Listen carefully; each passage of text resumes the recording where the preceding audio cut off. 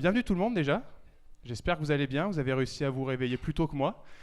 Parce que du coup, c'est prototype, mais pour tout le monde. Donc c'était une belle expérience de faire ça le matin.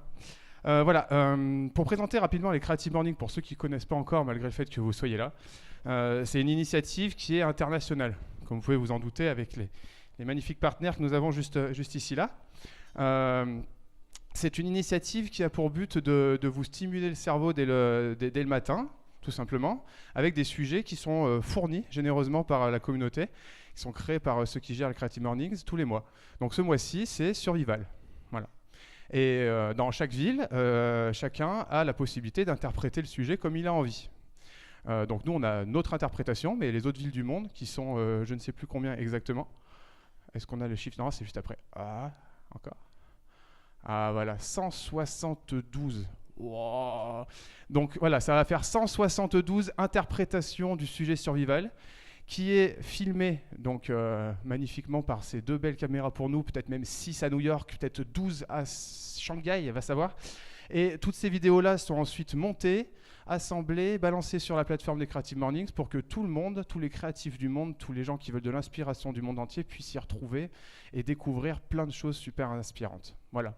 Globalement, c'est un petit peu ça les Creative Mornings. Qu'est-ce qu'il y a d'autre à dire avant qu'on attaque? Rien de spécial. Et ben voilà, c'est parfait, on est bon alors. Donc on va pouvoir attaquer. Donc je vous rappelle, hein, bien entendu, là on va avoir notre intervenant qui va se présenter, qui va nous présenter un petit peu son expérience, son parcours. Ensuite, il y aura possibilité d'avoir quelques questions-réponses, bien entendu. Et puis après, le petit-déj continue pour ceux qui n'ont pas encore pris leur petit-déj. Il y aura toujours du café, il y aura toujours du thé. Il y aura peut-être même j'ai une petite idée de jeu qu'on peut faire pour vous mélanger. On verra. Et voilà, donc je vous souhaite de passer une bonne début de journée. Et je te passe le micro. Allez, c'est parti.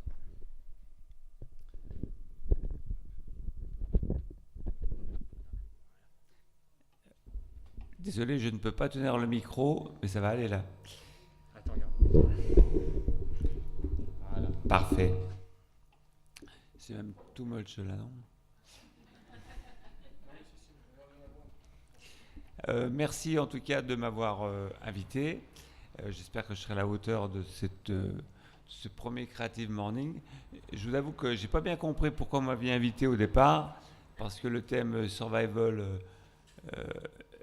en lien avec la créativité, je voyais pas bien ce que je pourrais apporter.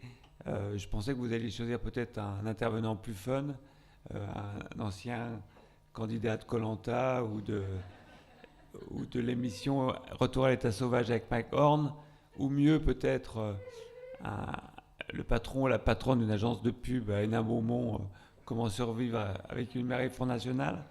Mais bon, donc là je vais vous parler de moi, et je vous avoue que j'aime pas du tout ça.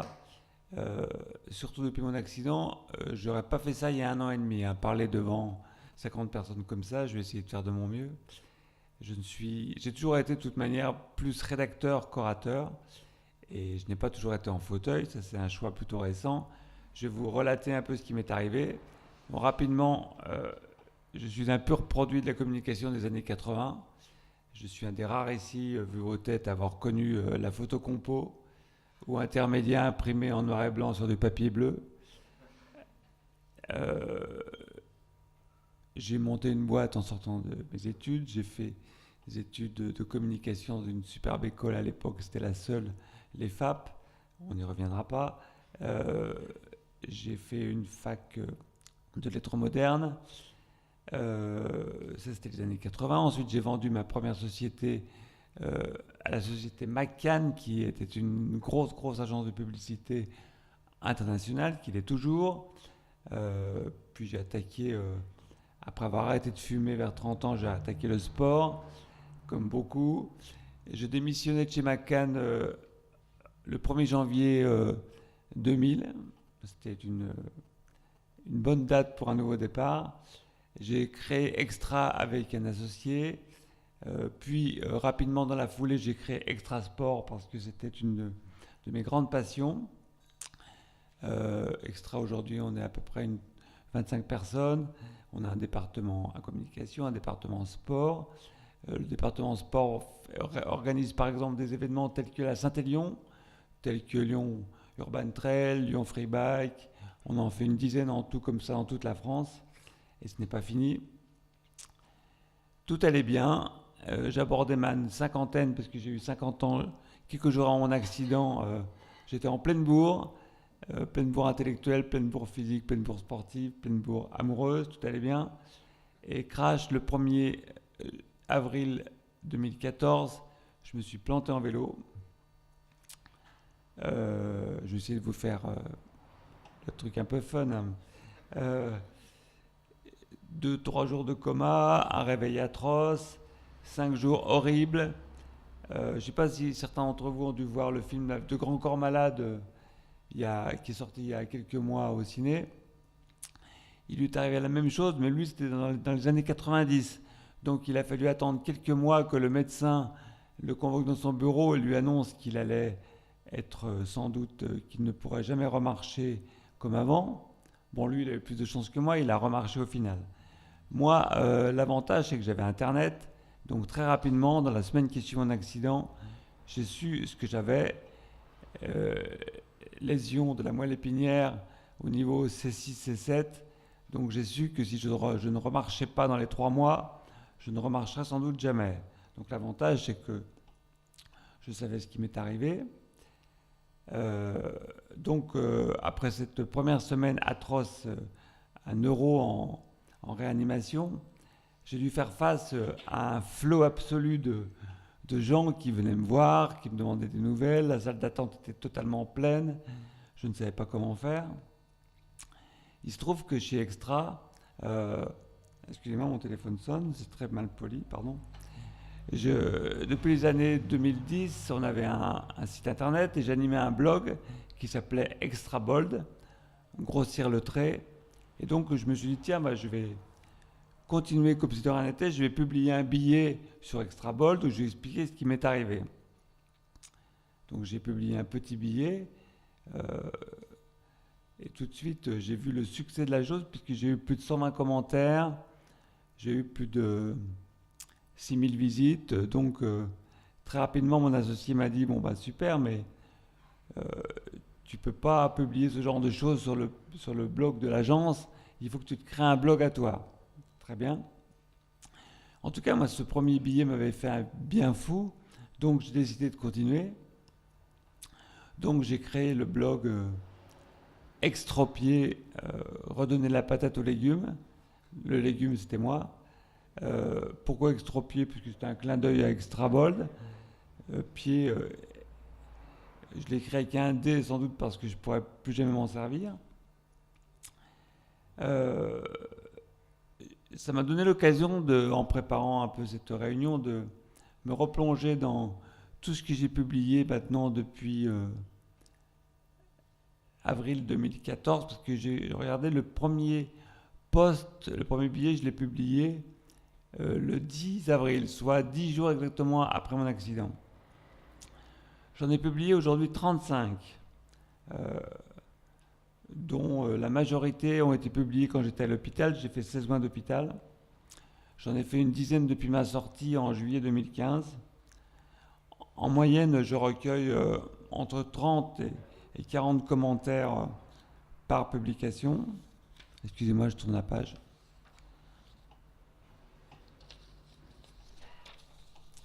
J'avoue que ces commentaires me filent effectivement bien la patate. Depuis un an, j'ai un peu moins de commentaires parce que j'ai doublé la chose. Je publie également sur Facebook. J'ai un peu ralenti le rythme de mes parutions. Au départ, je publiais tous les 15 jours, tous les mois. Maintenant, je suis sur un rythme plus feignant. Je suis sur un billet tous les 2 mois. J'ai un record de 6600 visites en décembre 2014.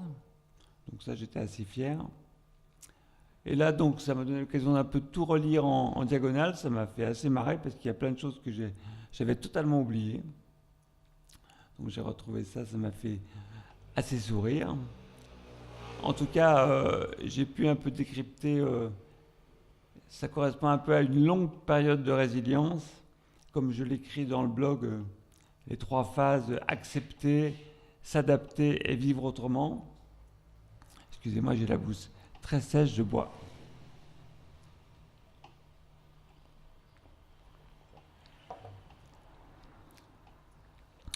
Bon, je ne sais pas si certains d'entre vous ont eu l'occasion de jeter un œil à ce blog, mais effectivement, en le relisant, tout est très cash. Je ne cache rien, même si ça brasse, avec toujours une petite place à l'humour tout de même. Ça reflète assez bien mon humeur du moment. Certains sont assez joyeux, d'autres pas du tout. J'y fais part de mes difficultés, de mes complications. Donc je ne vais pas tout reprendre de A à Z, mais rapidement, je vais peut-être brosser quelques thèmes que j'aborde dans ces billets. D'abord, c'est de nombreuses rencontres, d'autres patients, du personnel, jusqu'à l'aumônière de l'hôpital qui vient me voir. D'ailleurs, ça me fait penser à un billet que je lui avais consacré à cette pauvre aumônière qui venait me vendre la religion à un moment où au contraire, cet accident a plutôt renforcé mon athéisme. Les internes, plus ou moins compétents. Ce qui me faisait sourire, c'est que, au gré de mes billets, j'avais acquis une certaine audience médicale.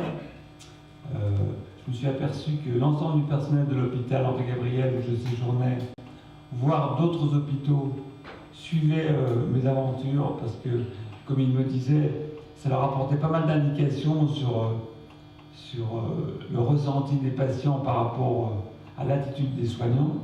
C'était assez intéressant. J'avais des fils rouges, des obsessions. Alors il y a le fil rouge de la naissance de ma fille, puisque j'ai eu la chance d'avoir un enfant quelques mois après mon accident. Le fil rouge de mes potes de galère rencontrés à l'hôpital, Monsieur Vance, Abdel, Johnny.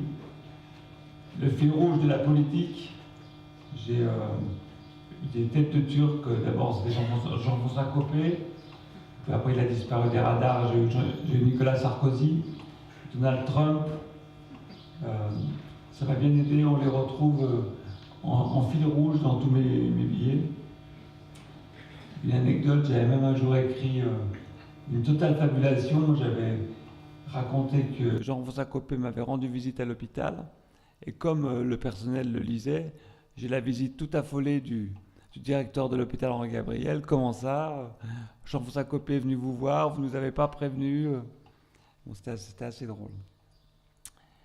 L'autre fil rouge, le fil de funambule sur lequel j'essaie de me maintenir en équilibre depuis 2 ans, et dont moi je ne suis pas tombé.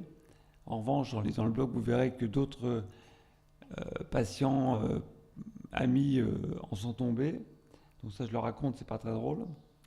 Le fameux couloir d'Henri-Gabriel de 200 mètres de long, dans lequel j'ai essayé de taper un chrono. La première fois que je me suis chronométré, j'étais à 10 minutes pour finir à 1 minute et 09 secondes mon record, avec un fauteuil non électrique, différent de celui-ci. C'était un peu mon curseur tout au long de mon hospitalisation. Plein de clins d'œil à l'actualité politique, littéraire, sportive, parce que effectivement, un de mes grands hobbies avant mon accident était la lecture, mais j'avais jamais le temps de lire tout ce que je voulais. Maintenant, du temps, j'en ai trop, donc je lis beaucoup. Je parle aussi dans ce blog de mes rêves de guérison. J'ai très très souvent rêvé que je guérissais. Mes rêves maintenant ont un peu changé de nature. Je ne guéris pas, mais parfois je marche, c'est étrange. J'y relate mes premières sorties, c'était atroce.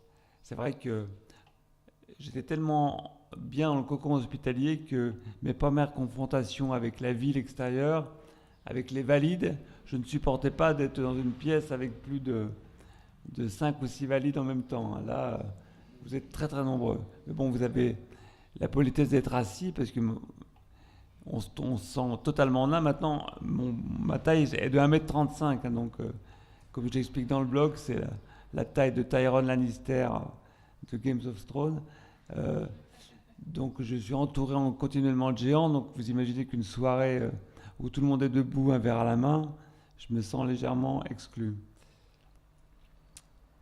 J'y relate également mes nombreuses lectures, on en parlait, dont Sylvain Tesson, un auteur que j'ai découvert à l'hôpital, et qui a eu la bonne idée de tomber d'un toit quand j'étais à l'hôpital et de se fracasser aussi la tronche. Il s'en est mieux remis que moi parce que lui remarche, et ça ne l'a pas empêché de continuer d'écrire de magnifiques livres. J'y relate également mes nombreux visiteurs. Il a fallu que je me crée quasiment un agenda électronique pour gérer mes visites. Je pense qu'en 16 mois d'hôpital, j'ai reçu l'équivalent de 300 à 400 visites. Il fallait gérer, il fallait organiser tout ça. J'y raconte mon Noël 2014 au fond du trou, où je n'ai pas eu l'autorisation de sortir. En relisant, c'est drôle parce que j'ai retrouvé le billet où je parle de l'attentat de Charlie Hebdo que j'ai vécu au fond de mon lit. C'était assez marrant de relire ça. La sortie au musée que j'avais réussi à organiser, où j'avais réussi à emmener 3 autres patients en fauteuil visiter le musée des Confluences. C'était la sortie des éclopés, c'était assez marrant. J'ai fait beaucoup de listes également dans ce blog, la liste de tout ce qui me manque, de tout ce que je ne pourrais plus faire, la liste de mes nouveaux privilèges en tant que tétraplégique, on en a pas mal, je vous laisserai les découvrir en lisant le blog, la liste des modifications que mon corps a subies, ça paraît pas comme ça, mais il a subi pas mal de modifications. Je me suis aperçu au fur et à mesure que j'écrivais ce blog que j'ai développé une petite notoriété, j'ai eu pas mal de retombées presse, comme on dit dans le métier. Lyon Mag, France 3, Le Progrès, Le Fillon Magazine, oui, Ultra Mag.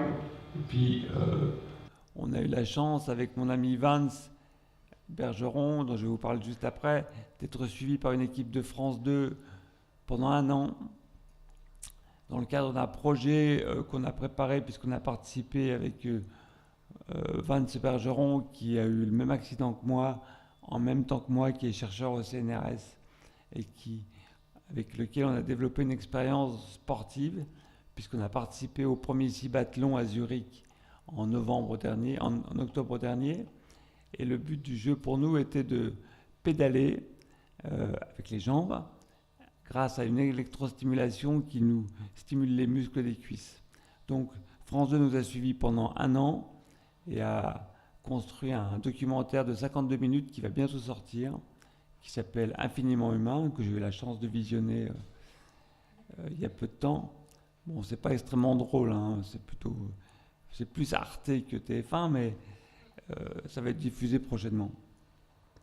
J'ai décrit également toutes les complications que j'ai subies, puisque on a l'impression que un tétraplégique est tétraplégique, point. Non, pas du tout, ce serait trop simple. Il y a une foultitude de complications qui vont des problèmes de peau, problèmes de gastrique, etc., etc.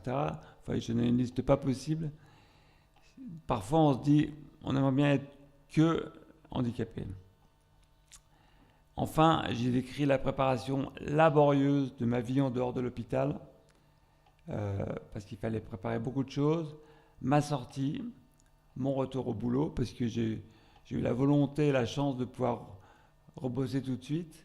Alors, je suis beaucoup moins productif qu'avant, mais néanmoins, j'essaye de bosser quasiment à 80%. Donc, j'ai eu la chance d'avoir un associé qui était patient et qui m'a attendu.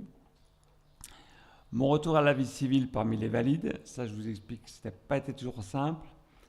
Mes nombreux soucis, mes nombreux doutes, mes nombreuses chutes, parce que je tombe beaucoup en ville, je suis un peu audacieux et je tombe.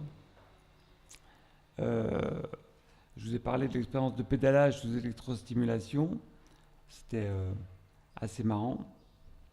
Mes déprimes du mois de janvier, excusez-moi, je rebois.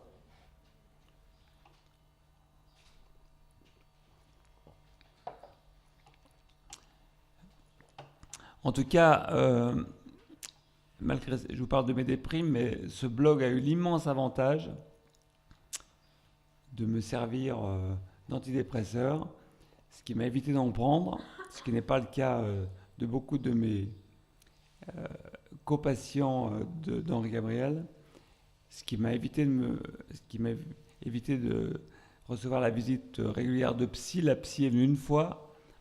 Elle m'a dit, est-ce que vous voulez qu'on se revoie? Je lui ai dit, aller voir le blog, elle est allée le voir, elle est revenue me voir, elle m'a dit non, vous n'avez pas besoin de moi.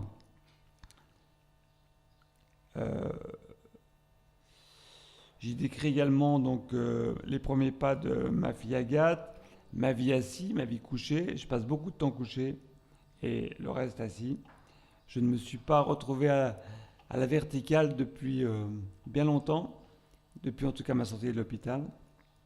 Mon rituel quotidien, de la toilette au coucher, parfois l'impression d'avoir plus grand chose à dire. C'est pour ça que ce blog, je ne sais pas si je le continuerai encore très longtemps.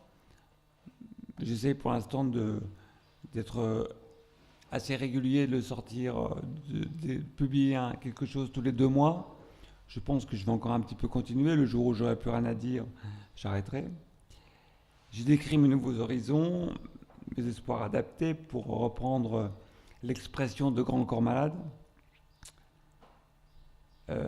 Et mes signes étaient enfin mes signes extérieurs de handicap, parce qu'on ne voit plus jamais comme un mec grand, petit, chauve, roux, à lunettes ou pas. On vous voit d'abord comme un handicapé.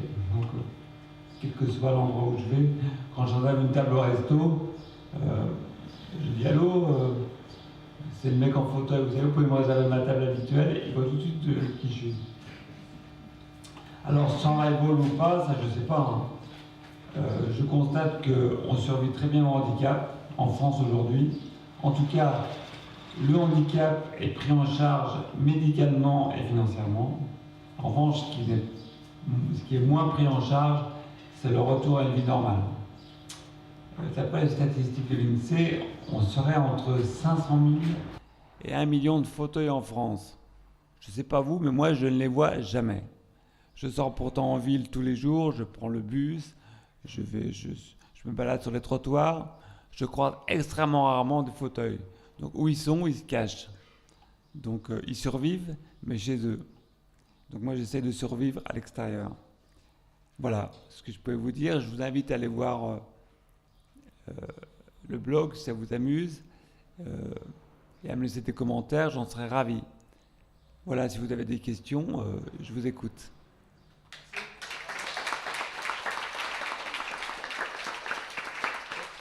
Est-ce qu'il y en a qui ont des questions? Alors du coup, si vous levez la main, et puis après, il n'y a pas de micro à vous passer, donc on pourra juste parler fort. Des questions, des remarques? Non, personne qui... J'ai pas été assez drôle peut-être.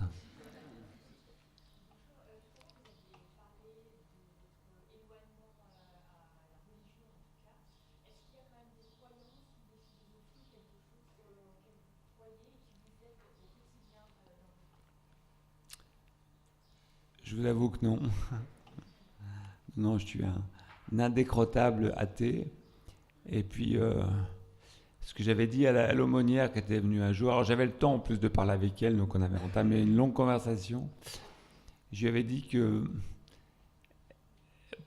quand j'étais un peu dans le coma, un peu totalement shooté, j'avais eu l'impression à un moment que finalement, non, j'étais mieux de ce côté-là. Non, je crois en rien, non. Je crois en l'homme, quoi, point. Si on peut encore y croire.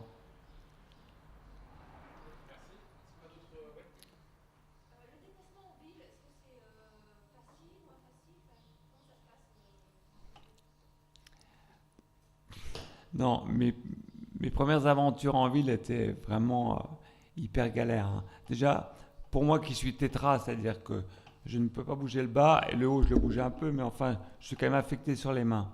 Donc, je manque un peu de préhension. Donc, j'ai 2 sortes de fauteuils. J'avais un fauteuil qui était totalement mécanique, assez léger. Et là, j'ai des roues à assistance électrique. Déjà, en ville, je ne peux pas me déplacer avec un fauteuil normal. Il y a trop de dévers, trop de côtes. Les bateaux, 50% des bateaux sont infranchissables. Vous avez vu ici pour entrer, ça a l'air accessible. Il y a une marche, je ne peux pas la prendre seule, c'est impossible. Non, la ville, ça reste compliqué. Les transports en commun lyonnais, on a la chance d'avoir des transports plutôt accessibles, à part le métro ligne A et B qui est totalement impossible pour moi. Enfin, je crois qu'on a de la chance. À Paris, je pense que tout me serait interdit. Le métro est infréquentable pour un handicapé à Paris. Là, je peux prendre le tram, je peux prendre le bus. Oui, il y avait une loi normalement qui prenait effet au 1er janvier 2015 qui avait, tous les endroits recevant du public devaient être accessibles aux fauteuils.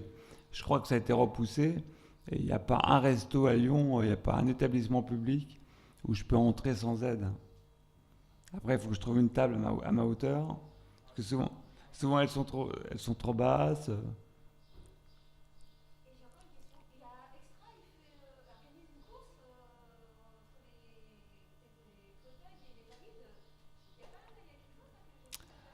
Ah oui, oui,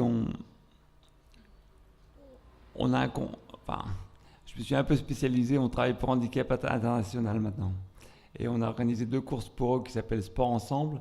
On a fait une à Paris en mai dernier, on en fait une début juillet au parc de Gerland. Le but est de récolter des fonds pour Handicap International. Et le but du jeu, c'est de courir entre valides et handicapés. On fait des petits tours. On a fait ça à Paris. C'est surtout des entreprises. Il y avait entre 1000 et 2000 personnes. C'était pas mal. Et la prochaine, vous avez été perspicace, a lieu à Gerland au mois de début juillet. Est-ce qu'on a d'autres remarques ou d'autres questions? Oui. Est-ce que tu penses reprendre le sport?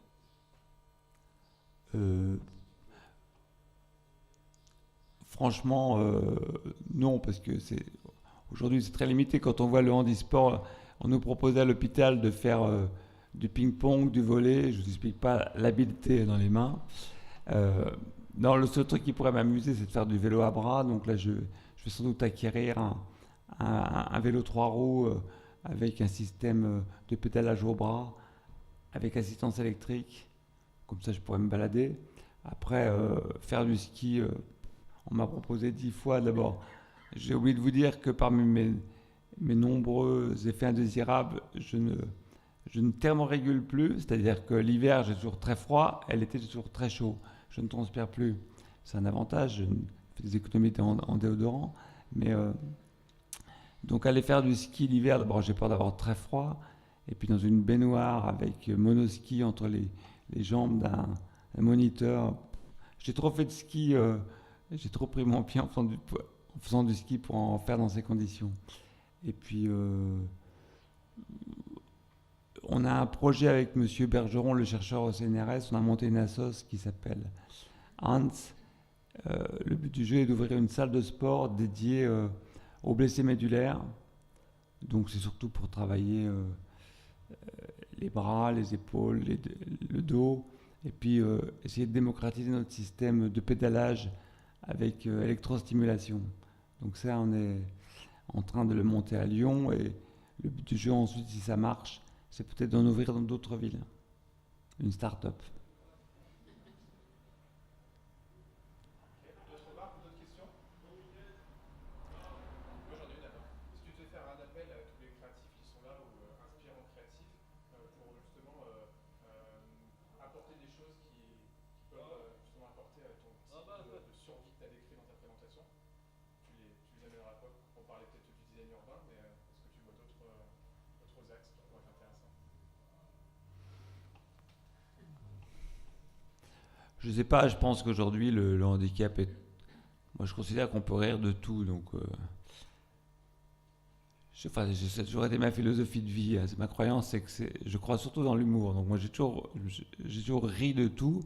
Donc évidemment, je ris du handicap, je ris de mon handicap. J'ai toujours gossé de tous les handicapés que je croisais à l'hôpital, mes potes. Donc je pense qu'aujourd'hui, il y a un peu un tabou là-dessus. Il faut se marrer. Donc je pense que il ne faut pas hésiter à pratiquer l'autodérision sur ce sujet-là aussi, quoi. Et je pense que ça aiderait peut-être les handicapés à sortir de chez eux. C'est ce que je disais en conclusion. C'est vrai que je trouve que la plupart sont terrés chez eux, qu'on ne sortent pas. Vous en croisez beaucoup des fauteuils en ville, hein? Rien que sur une ville comme Lyon, il doit en avoir un paquet, hein. Je n'en croise jamais. Donc, un peu d'humour.